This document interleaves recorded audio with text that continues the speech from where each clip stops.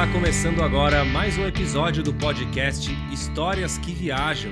É verdade, o Histórias que Viajam é um programa de desenvolvimento de roteiros com foco em coprodução internacional. Esse programa teve patrocínio da SP Cine, a empresa de cinema da cidade de São Paulo, e também conta com o apoio do Festival Ventana Sur, do Projeto Paradiso, da ABRA, Associação Brasileira de Autores Roteiristas, e da GEDAR, Gestão de Direitos de Autores Roteiristas. Eu me chamo Matheus Collen, eu sou roteirista, produtor e trabalho como um dos coordenadores aqui do programa Histórias que Viajam. E eu tenho a companhia hoje da Roberta Miller, que é também roteirista e a criadora do Histórias que Viajam. Tudo bem, Roberta? Tudo bem, Matheus. Então, hoje a gente convida a Eliane Koster, roteirista e diretora, fez 6 curtas exibidos em diversos festivais no Brasil e no exterior, teve seu primeiro longa, Meio Irmão, ganhador de melhor diretor estreante, prêmio de melhor filme brasileiro na 42ª Mostra Internacional de Cinema de São Paulo, em 2018, prêmio de melhor atriz no Festival Internacional de Cinema da Fronteira, também foi selecionado no Cine em Construção de Toulouse e pelo Festival Internacional de Cinema da Terra do Fogo. Eliane é uma das roteiristas selecionadas pelo Histórias que Viajam da edição 2022, com o projeto Mão Suja de Tinta Fresca, e ela está aqui hoje para contar para a gente um pouco desse projeto. Conta aí, Eliane. Oi, Roberta, obrigada pelo convite. Oi, Matheus, também, obrigada pelo convite. Então, Mão Suja de Tinta Fresca é um roteiro de longa-metragem de ficção que se passa em 1978, no Brasil, e ele conta a história de um militante argentino, Santiago, que foge da ditadura na Argentina e vem clandestino para o Brasil. E aqui ele vai ser acolhido por uma congregação de padres progressistas e ele fica trabalhando na clandestinidade, fazendo assim serviços gerais, como pequenos reparos, pintura de parede, essas coisas, né? E ele vai trabalhar na casa de uma jovem viúva, Raquel, que acabou de perder o marido, e o marido dela era dono de uma editora de livros que produzia materiais didáticos para escolas públicas, e, portanto, tinha contratos justamente com o governo militar brasileiro. Então, é uma família, assim, um pouco conservadora, mais alinhada com a direita. A Raquel, ela tem 32 anos e ela tem um filho de 13 anos, o Zeca. Quando o marido dela morre, então, ela devia herdar parte da editora, né, que era devida a ela, mas os sócios, que também são irmãos do marido, dão um golpe nela e retiram ela da sociedade. Ela fica sem dinheiro e ela vai ter que vender o único imóvel que ela tem, que está no nome dela, que é a casa onde ela mora. E para tentar melhorar um pouco a venda, ela contrata, então, um pintor para pintar e renovar a casa, e esse pintor é o Santiago, esse militante clandestino argentino que está no Brasil. E é assim que eles vão se conhecer.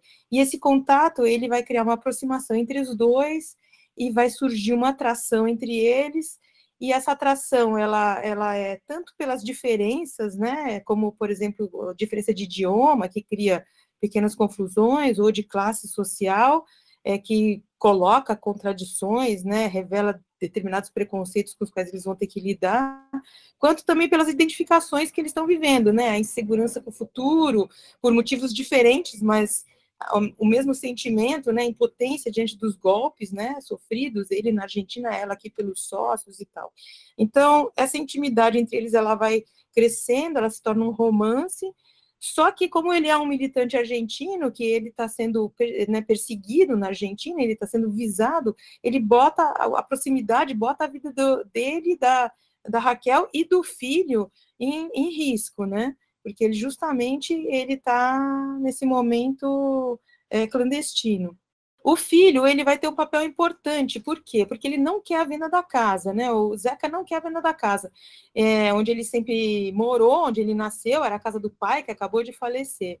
E ele percebe que a mãe vai vender a casa, e ele começa a borrar a tinta com a mão, ele começa a carimbar a mão dele na tinta fresca para atrasar a venda da casa. Só que o Santiago, nesse momento, já interessado na Raquel, mas também sensibilizado pela situação emocional que a família está vivendo, né, o luto, o golpe e tudo mais, ele acha um jeito de atrair o menino e fazer com que ele pare de borrar a mão na tinta, né, sem precisar, por exemplo, fazer uma denunciar o menino para para a mãe, porque a denúncia é justamente esse elemento, né, que perpassa várias instâncias do filme, né, a denúncia como figura de denúncia política, né? Mas tem essa questão de como que você vai fazer sem denunciar para conseguir atrair o menino. O que ele faz? Ele usa o carimbo das mãos do Zeca como ponto de partida para desenhar personagens e cenas nas paredes com as quais ele vai narrando histórias da América Latina,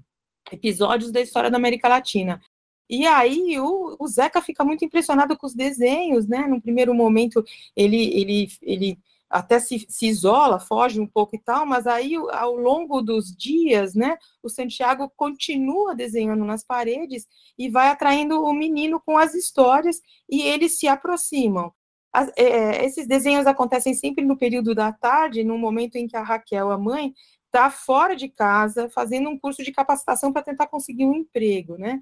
E ele recobre de tinta antes que ela chegue à noite. Então, é um segredo deles que cria essa ligação entre os dois. Só que as histórias que o Santiago conta são muito diferentes daquelas que o menino aprende na escola, né? A escola é uma escola conservadora, né? Então, ele começa a questionar a professora sobre o que é contado na escola. E a professora fica desconfiada, fica com a pulga atrás da orelha, conta para o diretor tem um amigo que é delegado, e instaura uma desconfiança sobre a influência o que está influenciando esse menino, e eles montam uma tocaia na casa e descobrem que o Santiago está lá, né? Então, as coisas começam a se complicar, né? O menino, sem querer, sem ter a intenção, ele acaba revelando a identidade, né? Vamos dizer assim, do Santiago. E há um momento, né, mais para o final do filme lá, né, que o Santiago está na iminência de ser preso, então ele vai ser preso, e ele chama o Zeca, conversa com o Zeca, fala do que está acontecendo, revela para ele quem, na verdade, ele é, que ele não é um pintor, na verdade, ele é um artista plástico, que está clandestino. Ele diz que, né, fala com o menino que ele vai ser preso, que ele não quer implicar a família, então ele vai se entregar, e o Zeca fala para ele que não, que ele tem uma forma de fazer com que o Santiago fuja.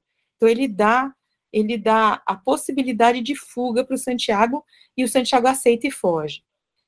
No primeiro momento, a polícia invade a casa e acaba prendendo a Raquel, mas a Raquel, ela tem ligações com a família do marido ainda, que é uma família conservadora que tem contatos com, né, esse mundo militar aí, né, da ditadura, e conseguem tirar ela.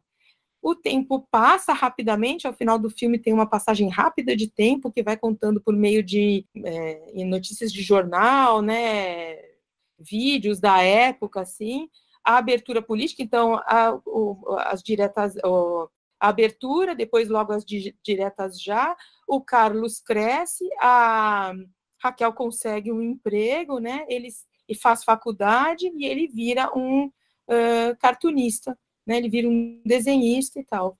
A Raquel morre, isso tudo é contado muito rapidamente, por meio dessas imagens e também intercalado com cenas ficcionais.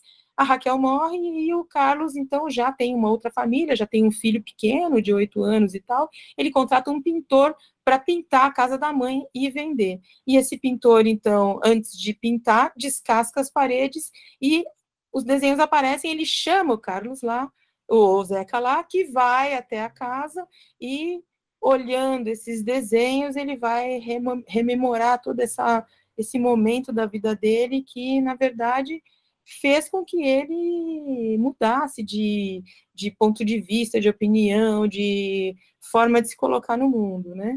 Então, ele vai passando por esses desenhos até chegar num último desenho que ele não tinha visto, que é um desenho que o Santiago faz para ele e recobre de tinta sem ele ver, então ele nunca viu esse desenho, nem o espectador, e é justamente um desenho de Santiago e Zeca, um desenhando o outro, né, numa parede, e aí assim acaba o filme.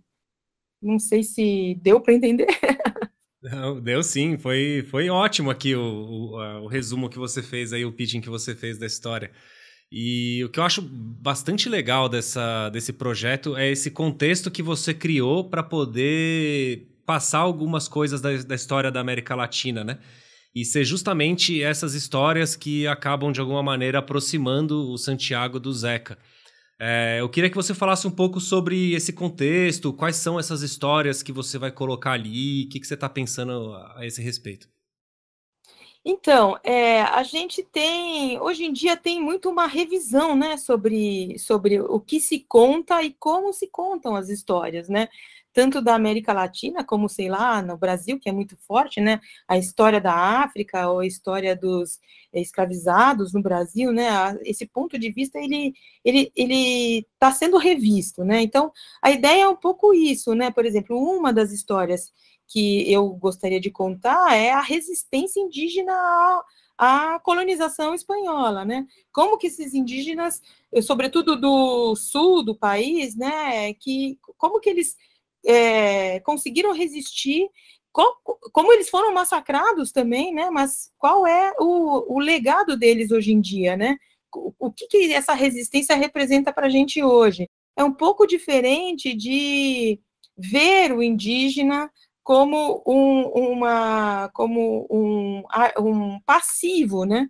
Então, a ideia minha é justamente isso, ver o indígena como um ativo na resistência à colonização, tanto portuguesa quanto espanhola, né? Mas os charrua, por exemplo, no sul do país, né? Como que eles se apropriaram, por exemplo, dos cavalos espanhóis e dominaram absolutamente a técnica de cavalgar, e eles, por exemplo, eles cavalgavam na lateral dos cavalos, né? Eles se colocavam no corpo do cavalo, ao longo do corpo do cavalo, na lateral do cavalo, para conseguir atirar ao mesmo tempo que eles estavam protegidos pelo cavalo e andando. Então, quer dizer, esse é um fato, por exemplo, narrado num livro do Darcy Ribeiro, um livro do Darcy Ribeiro.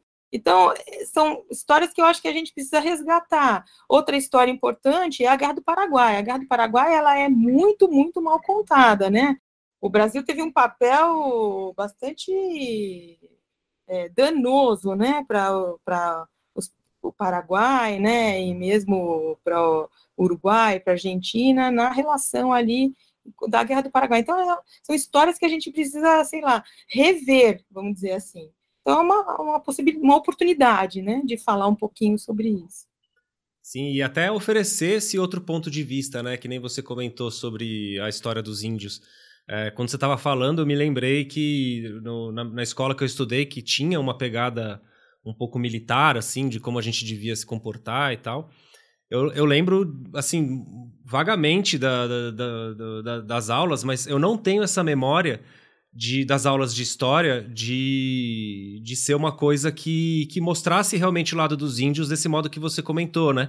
Porque era realmente muito passivo, né? Como se os portugueses, os espanhóis tivessem chego aqui no Brasil, mostrado um espelhinho para o índio ficou maravilhado com o espelho e por causa disso deu toda a terra para os outros. Então não foi bem assim que aconteceu, né? A gente precisa realmente entender essas histórias e a gente só consegue fazer isso bem quando a gente tem vários pontos de vista, né? Tanto dessa pessoa colonizadora que chegou aqui e implantou a cultura, quanto dos que estavam aqui resistindo a essa invasão, assim, né? E eu queria entender agora um pouco sobre, assim, qual que foi o seu ponto de partida para contar essa história, assim, tem alguma relação com a sua história de vida? Qual que foi a sua motivação principal para escrever esse projeto?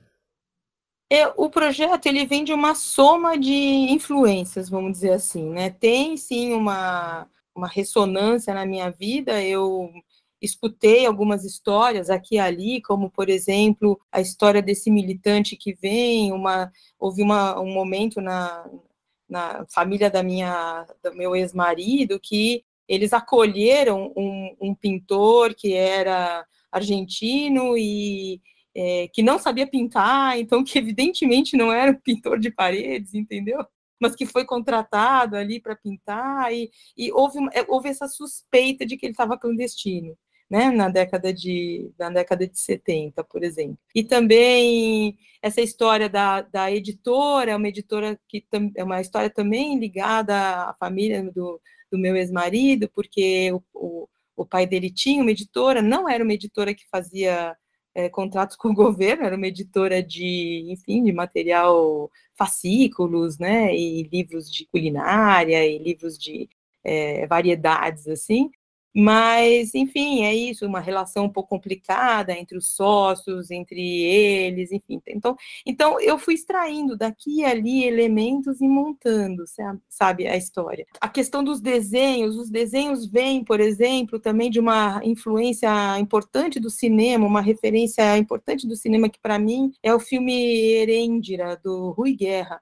Esse filme tem uma representação de desenhos nas paredes que são um sonho, que a personagem Herêndira sonha sobre justamente histórias que ela imagina, que ela vê e que acontecem perto dela. Então, eu acho muito bonita essa alegoria que o Rui criou e pensei nesses desenhos também por conta dessa influência, dessa referência do cinema.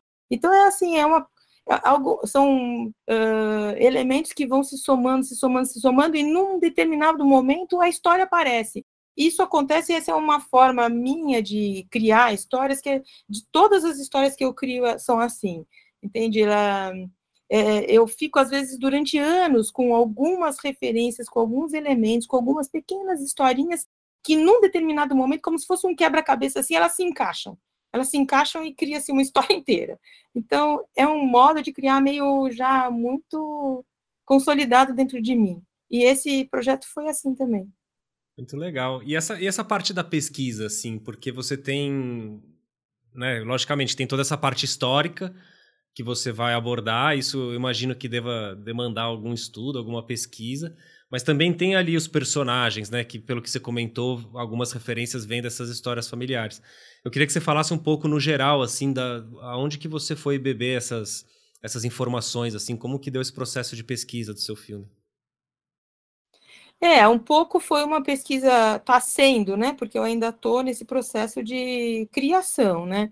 Então, ainda estou pesquisando, né? E vou ainda um tempo aí pesquisando essas referências que são mais históricas. Então, as histórias que o Santiago vai contar, eu estou pesquisando também esses personagens, esses militantes clandestinos que vieram para o Brasil e que foram para outros países da América Latina, qual foi a trajetória deles? Vieram, voltaram, foram perseguidos aqui. Eu fiz, por exemplo, eu fiz duas viagens, uma para o Uruguai, uma para a Argentina, e conversei com alguns militantes, mais uruguaios do que Argentina na época, porque quando começou esse projeto, eu pensei se seria um militante argentino, se seria um militante uruguaio, então eu fiquei nessa dúvida, então eu conversei com alguns militantes uruguaios, mais do que argentino, e um chileno que veio para o Brasil, e uma argentina, quer dizer, então eu fiz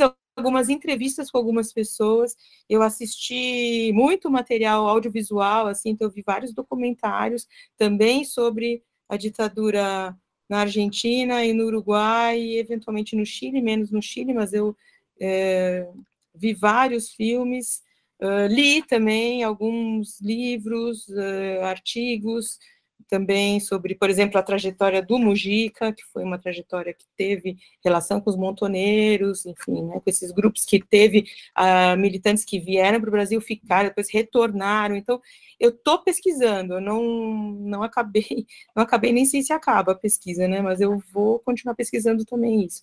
Agora, os personagens que são ficcionais, como a Raquel, como o Carlos, por exemplo, como o diretor da escola, como a irmã da Raquel, esses personagens eu vivi como criança, eu vivi a década de 70, né?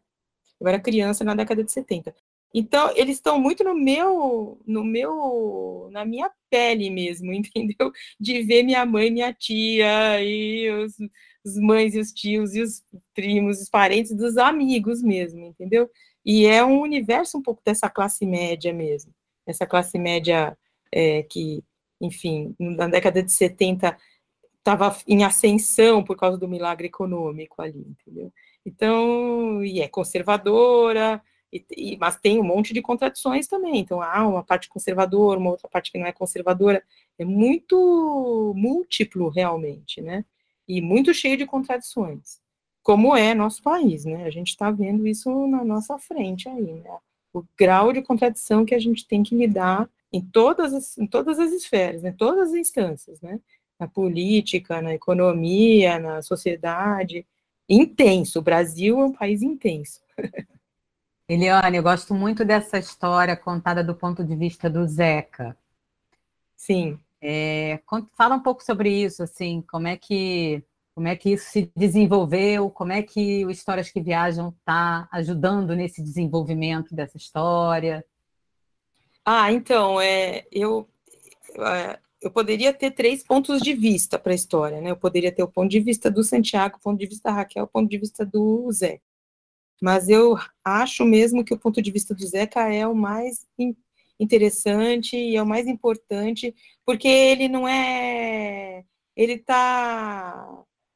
acabado, né? Quando você bota um ponto de vista que é de uma criança para uma história, ele traz alguma coisa que é justamente uma porosidade, né, para todas as outras questões. Então, a visão da criança, ela é a visão mais de fora, de dentro emocional e de fora racional, né? Então, ela não tem, você não consegue, você pode ir por qualquer lado. Então, eu acho muito interessante. E eu só percebi, na verdade, nas conversas. Eu só percebi que tinha que manter esse ponto de vista até a gente começar a fazer os doctorings, as conversas com o Santi, com o Martim, e com vocês também, Roberto e Matheus. Eu ainda estava na dúvida. Acho que foi uma das primeiras coisas que eu coloquei para vocês, né? Eu tinha dúvidas do ponto de vista.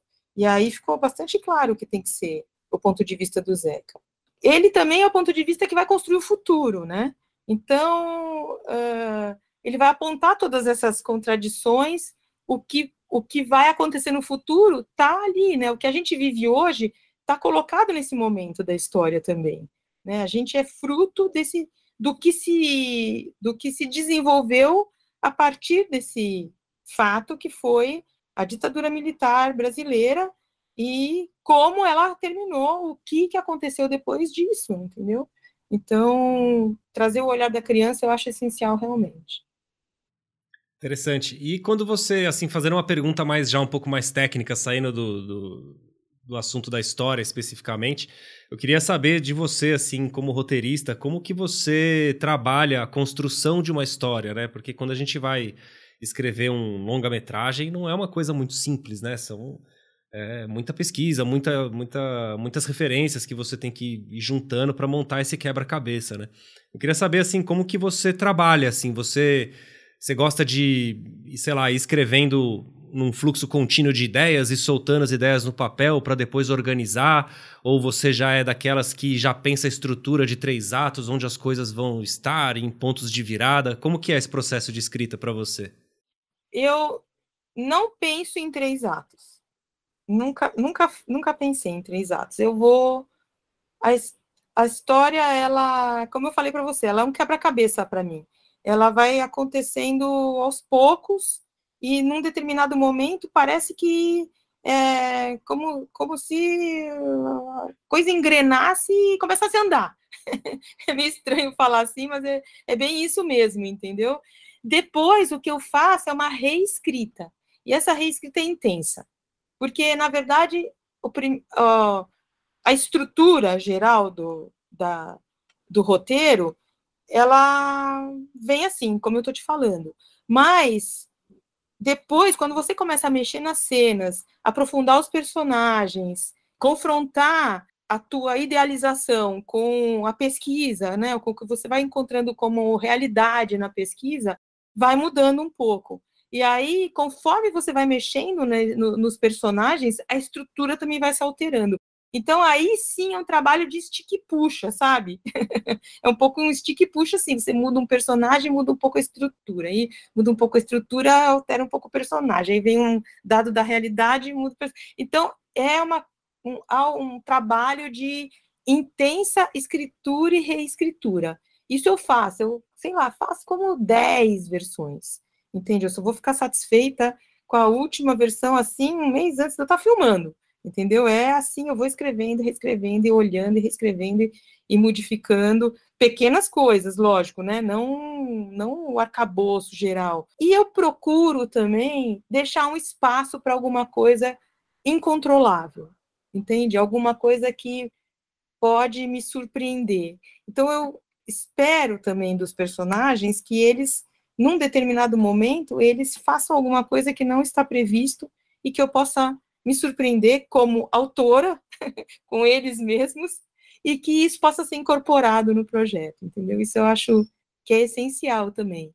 Não engessar muito a estrutura, nem os personagens, que eles, se num determinado momento eles apontarem para um lado que não é aquele lado que teoricamente eles deviam ir, que o autor permita também, porque às vezes dá um respiro muito interessante, muito bom, muito vivo para o projeto, entendeu? E para o filme. Uma coisa que me chama atenção, né, me chama atenção do lado positivo do seu projeto, é que ele é um projeto mesmo que ele nasceu para coprodução, né? Para coprodução latino-americana, especialmente. Qual é a sua expectativa com Ventana Sur? Então, eu tenho enormes expectativas com o Ventana Sur, porque, de fato, ele só faz sentido, o projeto só faz sentido se for uma coprodução. Na realidade, se eu for fazer o projeto só no Brasil, entendeu? E não vejo muito sentido. Ele é uma coprodução, ele precisa ser uma coprodução, entendeu? Então, a minha expectativa é total, assim, eu preciso de um ator que seja argentino, entendeu? Esse ator, ele tem que colaborar com o projeto, ele tem que colaborar, ele tem que dar a voz para o personagem, entendeu? Ele vai ter que falar, o projeto, ele é falado em espanhol e português, ele tem que, eu tenho que trabalhar, eventualmente, assim, eu gostaria de ter, talvez, um roteirista mesmo, argentino, que me ajudasse no projeto, na escritura desses diálogos, que são muito saborosos, né? Argentinos escrevem diálogos que são maravilhosos, assim, né? Então, eu gostaria de ter uma colaboração de um roteirista argentino também para o projeto, sobretudo para essa fala desse personagem, né? Então, o filme é falado um pouco em portunhol, um pouco em português, um pouco em castelhano, né, portenho, então tem cenas que se passam na Argentina, então ele precisa ser uma coprodução. Eu tenho muita esperança de conseguir alguém que se interesse pelo projeto no Ventana. Tem alguma parte, assim, da história que você tem um carinho especial, que você fala, nossa, essa cena tá incrível? Ixi, agora tem vários. Tem várias que eu gosto. Deixa eu ver, assim. Eu acho que uma cena que é muito tocante, mas que vai ser muito difícil para mim fazer ela e desenvolver, mas eu acho que ela é uma cena chave, ela é muito tocante, é essa cena na qual o Santiago conversa com o Zeca, entendeu? E se revela, entendeu? Ele se revela para o menino, ele diz quem ele é. E trata-se de um segredo dos dois, quer dizer, eles estabelecem um segredo desde o começo do filme, né? Sei lá, vamos dizer, a partir do contato deles, eles já estabelecem uma relação ali, que é uma relação conflituosa, porque o menino não quer pintar que a casa seja vendida, ele não quer pintar a casa, então ele vai borrando. Aos poucos, o Santiago vai conquistando ele. Aos poucos, ele vira uma referência masculina para o menino. E isso está dimensionado em quê? 2, 3 meses da vida deles, né? Isso se passa em 2, 3 meses da vida deles. Então, é rápido, né? Tem uma coisa meio rápida, assim, mas meio intensa também, e meio perigosa, né? E então, a relação deles vai se transformando, assim, até que tem um momento onde algo tem que ser falado, algo tem que ser dito realmente, em palavras. E essas palavras colocam o menino, transformam o menino porque botam o menino no mundo adulto, de fato. E o menino tem uma atitude de proteger o Santiago. Então, ali se estabelece o contato. E esse contato se estabelece no momento em que ele desaparece. Entende? É um momento onde o Santiago nunca mais vai estar naquela vida deles. E você não vai saber mais o que acontece com o Santiago. Se ele viveu, se ele não sobreviveu, a gente não fica sabendo o que é feito dele. Ele desaparece, como muitos que desapareceram, entendeu? Então, no momento em que a maior intensidade da relação dos dois, onde se transforma ali, a relação realmente ela amadurece, ela se intensifica e ela cresce, né, e se explode, é a hora onde eles não vão mais se ver. Então, é muito doloroso, mas é muito bonito também. Então, eu acho que esse é o momento mais crucial e crítico do filme. Legal, maravilha. Puxa, muito bacana esse bate-papo que a gente está tendo, mas infelizmente chegamos ao fim do nosso episódio de mais uma conversa. Hoje a gente falou com a roteirista Eliane Koster, que é autora do projeto Mão Suja de Tinta Fresca, que participou aqui do Histórias que Viajam, recebeu consultorias de desenvolvimento de roteiro para desenvolver esse roteiro de longa-metragem e levar lá para o festival Ventana Sur, que acontece em fim de novembro, começo de dezembro de 2022. Então, já estamos aqui na torcida para dar tudo certo nas reuniões, que esse vai ser, com certeza, um filmaço. Então, queria agradecer a sua presença, Eliane, obrigado pelo papo. E agradecer também a Roberta pela disponibilidade aí, por me acompanhar nessa jornada aqui no Histórias que Viajam. Eu que agradeço, Matheus. Opa, desculpa, Roberta. Valeu, Matheus. Valeu, Eliane. Obrigada, Roberta. Obrigada, Matheus. E obrigada, Santi e Martim também, aí, o pessoal, toda a equipe de Histórias que Viajam. Maravilha. E se você que está ouvindo a gente quiser saber mais sobre o programa Histórias que Viajam, como ele funciona, quais autores foram selecionados e quais são os projetos que participaram dessa primeira edição, é muito fácil. É só você acessar o historiasqueviajam.arte.br. E a gente também está no Instagram, com o nosso nick é o @historiasqueviajam. A gente agradece também imensamente a SP Cine, que é a empresa de cinema da cidade de São Paulo, que patrocinou Histórias que Viajam e tornou tudo isso possível. E também aos nossos apoiadores, o Festival Ventana Sur, o Projeto Paradiso, a Abra e a Gedar. Fiquem ligados nos próximos episódios, nós teremos um episódio para cada roteirista que participou do projeto esse ano. E até mais!